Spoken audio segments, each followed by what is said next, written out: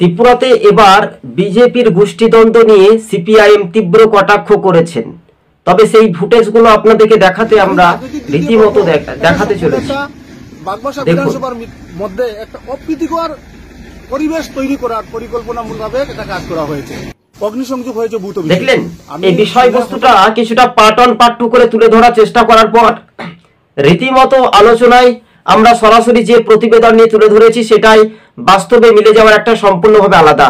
কেননা কর্মফল ভুগতে হবে যারা কর্মকাণ্ডে যুক্ত রয়েছে, বিজেপির মন্ডল নেতারা, কার্যকর্তারা নেশা কারবারি যুক্ত এবং বিভিন্ন ইস্যু নিয়ে বিজেপির বিধায়ক, মোহনপুরের বিধায়ক তিনি রতনলাল নাথ, পেশায় তিনি একজন মন্ত্রী, তিনি যে রীতিমতো দ্বন্দ্বকে নিজেই হাতে তিনি স্বীকার করে নিলেন। বাস্তবে এই কর্মকাণ্ড ভুগতেই হবে, এই কথার উত্তরে কি বলছেন রতনলাল নাথ মন্ত্রী, দেখুন ফুটেজ।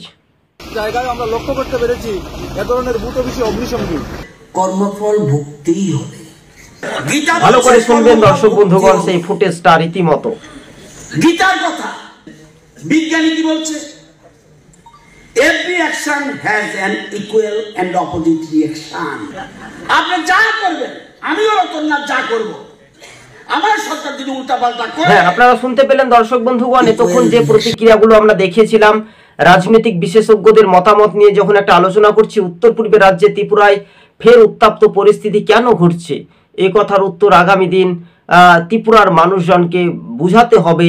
আগামী এডিসি ভিলেজ নির্বাচনের আগে কিন্তু এই ধরনের যে অকথ্য যে মন্তব্যই রাজনৈতিক মহলে তোলপাড়, তাহলে কি বিজেপির মন্ত্রীদের কেলেঙ্কারি রীতিমতো ফাঁস হচ্ছে? দর্শক বন্ধুগণ, আজকে ছিল সবুজবঙ্গ নিউজের আমাদের এই পর্যন্ত প্রতিবেদন।